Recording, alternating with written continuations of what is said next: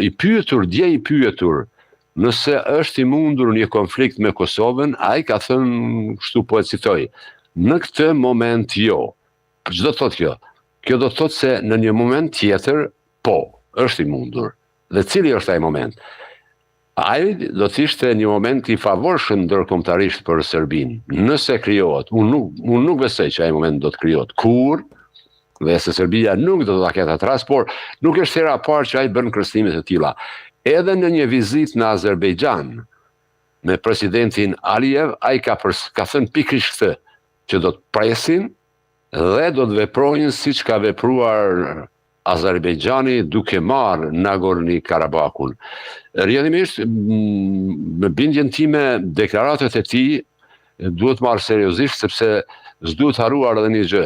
Kohëve të fundit, Serbia është armatosur intensivisht.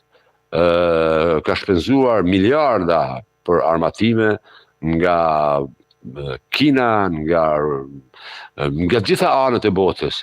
Dhe ato armë, unë nuk besoj që ai i ka për të luftuar me Kroacinë, sepse Kroacia është vend antar i NATO-s dhe nuk ka çfarë të bëj.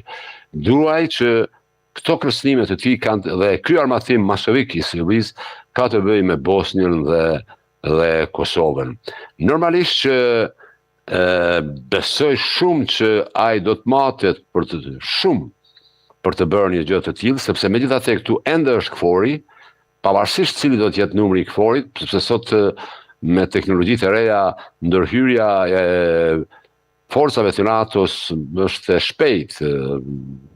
Inteligjenca artificiale ka bërë që largësia të mos jetë me faktor kush e di çfarë, dhe unë besoj që ai do të matet 100 herë para se të bëjë ndonjë ndërhyrje eventuale në veri, por kompetentët tanë duhet të jenë të syqel dhe t'i marrin seriozisht kërcënimet e tij. Nuk janë këto